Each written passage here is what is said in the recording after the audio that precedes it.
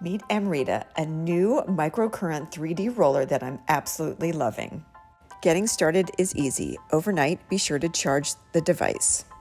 From there, I simply pressed the on button and then selected the level I wanted to use. I rinsed my face in the morning and then I grabbed the Glow Rose Conductive Gel. This helps the microcurrent work.